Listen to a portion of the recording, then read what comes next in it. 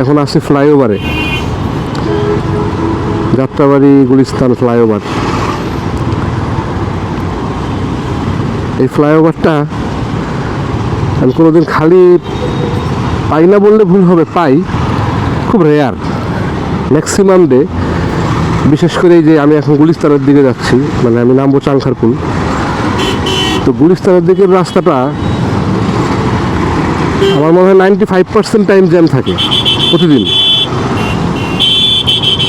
24 hour a day, 7 days a week. আপনার আমার ধারণা 95 টাইম এটা জ্যাম থাকে।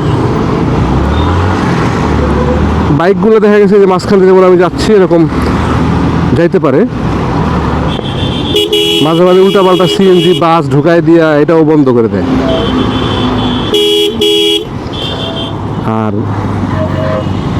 এই যে আপনার ফ্লাইওভারে উঠার রাস্তা এবং নামার রাস্তা, যেখান দিয়ে নামবে যেখান দিয়ে উঠবে, এই জায়গাগুলো তো মনে হয় মানে রিপিট হয়ে থাকে। তার ফলাফল ফ্লাইওভারের উপরে জ্যাম।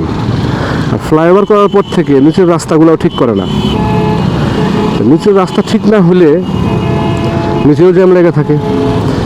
নিচের রাস্তাগুলো যদি ঠিক থাকতো তাহলে নিচে হয়তো বা জ্যামের পরিমাণ কম হতো, আই বিলিভ। তো দেখেন এই ফ্লাইওভার করে লাভ কী হলো?